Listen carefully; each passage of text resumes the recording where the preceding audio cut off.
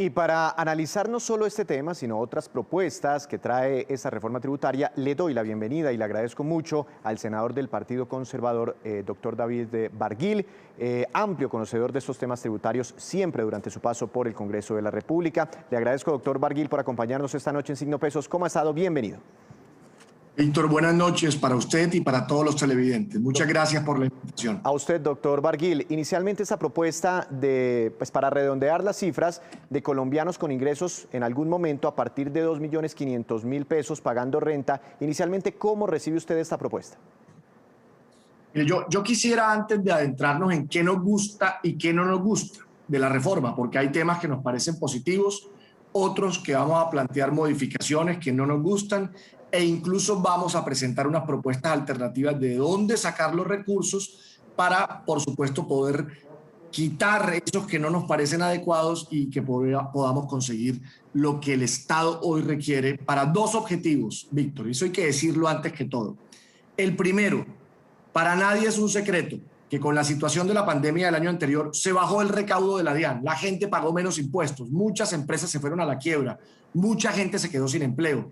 Y no solo se bajó el recaudo de la DIAN, los ingresos del Estado, sino que por el otro lado aumentaron los gastos, porque tuvo el gobierno que salir a enfrentar la crisis. Todos los dineros que se han usado para el tema de salud, de vacunas, de camas de UCI, de pago en bonos al personal de salud, las ayudas monetarias, PAEF, ingreso solidario, devolución de IVA. Entonces, recibimos menos y gastamos más. Eso generó un hueco fiscal. Y ese hueco fiscal, si no lo resolvemos, el país en los próximos meses puede perder el grado de inversión, que es la calificación que nos dan para prestarnos afuera. Si perdemos el grado de inversión, ¿cuál es el efecto claro y concreto? Que se encarece el costo de la deuda, es decir, aumenta la deuda, nos va a tocar coger recursos del presupuesto nacional, ya no para impulsar el crecimiento, el apoyo a las regiones, las obras, la política social, sino redireccionarlo al pago de la deuda que se aumenta. Y eso sería una tragedia. Entonces, ese es el primer objetivo, equilibrar las cifras.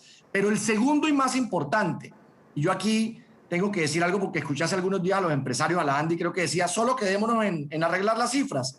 No, señor, y el gobierno lo ha dicho y el propio presidente.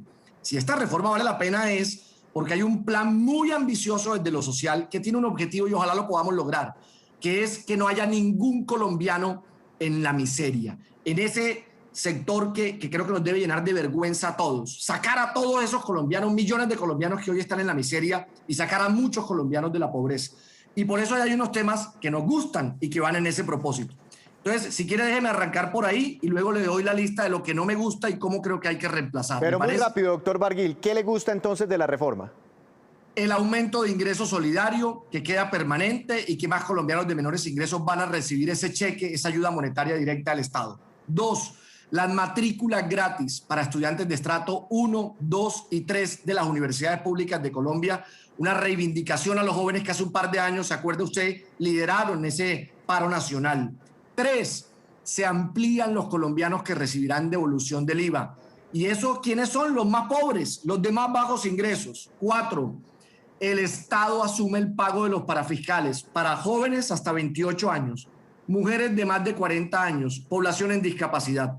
Recuerde que jóvenes y mujeres son los dos sectores más golpeados por el desempleo. Sigo, tomamos ya y ya hay allí el capítulo de impuestos verdes, carbón y plásticos de un solo uso. Muy importante meternos en esa discusión y recibir unos ingresos de allí. Se reduce la tarifa de renta a las MIPYMES, medianas y pequeñas empresas. Pasa al 27 y el siguiente año al 24, una reducción sustancial del impuesto de renta. Y lo más importante, lo que se le pidió al gobierno desde todos los sectores, y el presidente lo dijo, no hay IVA a los bienes básicos de la canasta familiar. No hay IVA a la leche, al huevo, a la carne, al pollo, a la sal, al azúcar. Eso es muy importante y eso lo destacamos muy positivamente en el texto de la reforma. Entiendo perfectamente que le gusta mucho a usted el componente social, pero bueno, para hacer ese gasto se necesitan ingresos. Gravar a las pensiones, ¿esto sería inconveniente? ¿Cómo lo ve usted? Mire, pasamos a ese capítulo. ¿Qué nos parece que se debe modificar? Y ahora le digo cómo lo vamos a reemplazar porque se requieren los recursos.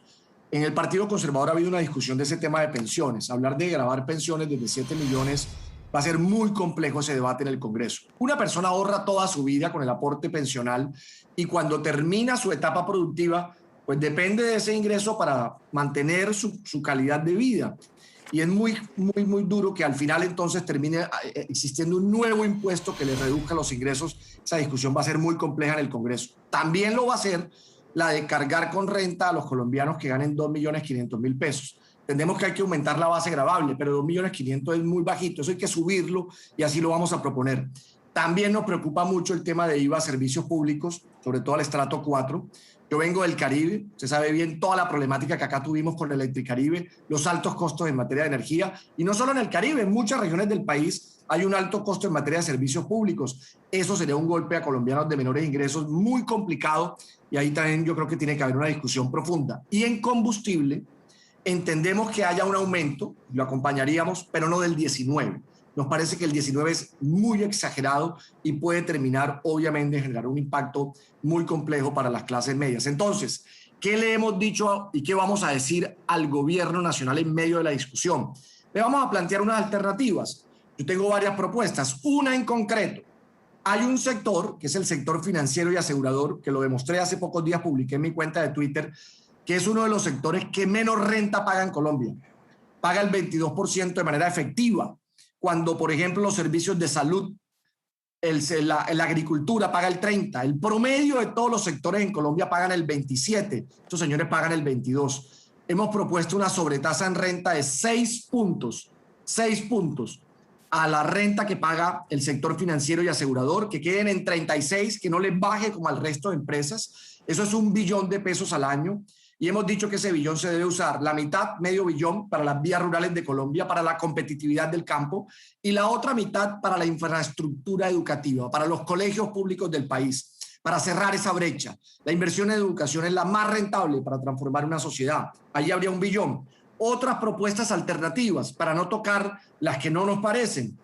El gobierno en la pasada tributaria se compromete a hacer un descuento del 50% de ICA a las empresas. Eso se puede aplazar y allí tenemos unos importantes recursos.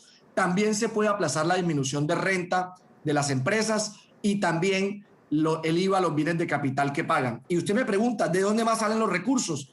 Esa discusión de cambiar la modalidad de IVA exento a IVA excluido, que es una discusión técnica, puede ayudar y hay que meterse en esa discusión. Obviamente defendiendo a unos sectores que sí hay que tener mucho cuidado para que no se afecte el precio de los productos. Pero, por ejemplo, miren lo que pasó en la pasada tributaria, que le entregamos la gabela y yo me retiré y por eso no la voté a la farmacéutica, 500 millones de pesos, porque podían descontar toda la cadena de IVA. Eso se corrige en este texto. Así que es la hora de poner el dedo en la llaga con quienes más ganan, con quienes menos pagan impuestos y con quienes sí se deben meter la mano al bolsillo para financiar el equilibrio fiscal que requerimos y la importante política social que propone el gobierno en el marco de la reforma. Bueno, doctor Obed Barguil, dentro de lo que usted dice, el ministro de Hacienda pues ha comentado que no le parece conveniente en este momento esa sobretasa al sistema financiero. Pero le digo al ministro de Hacienda desde aquí, nosotros ya en el pasado, usted se acuerda que esa sobretasa en renta al sector financiero la propusimos en la pasada reforma, pero era temporal, 3 años solamente. Empezaba en 4 puntos y terminaba los 2 siguientes años en 3 puntos. Y logramos su aprobación, óigame bien, con el voto desde Gustavo Petro, pasando por Antanas Mockus y llegando a Álvaro Uribe. Todos los partidos acompañaron esa propuesta nuestra y la Corte Constitucional terminó avalándola y dándonos la razón. Así que no tengo ninguna duda que en el Congreso encontraremos el apoyo y esperamos que estos recursos puedan servir para evitar que colombianos de menores ingresos tengan que meterse la mano al bolsillo, y esa lucha la vamos a dar sin cuartel en el Congreso en esta discusión de la reforma que ya comienza. Doctor Barguil, muchas gracias. No solo estaremos hablando con usted, también con congresistas de las diferentes bancadas. Que tenga una feliz noche, un feliz fin de semana. Muchas gracias.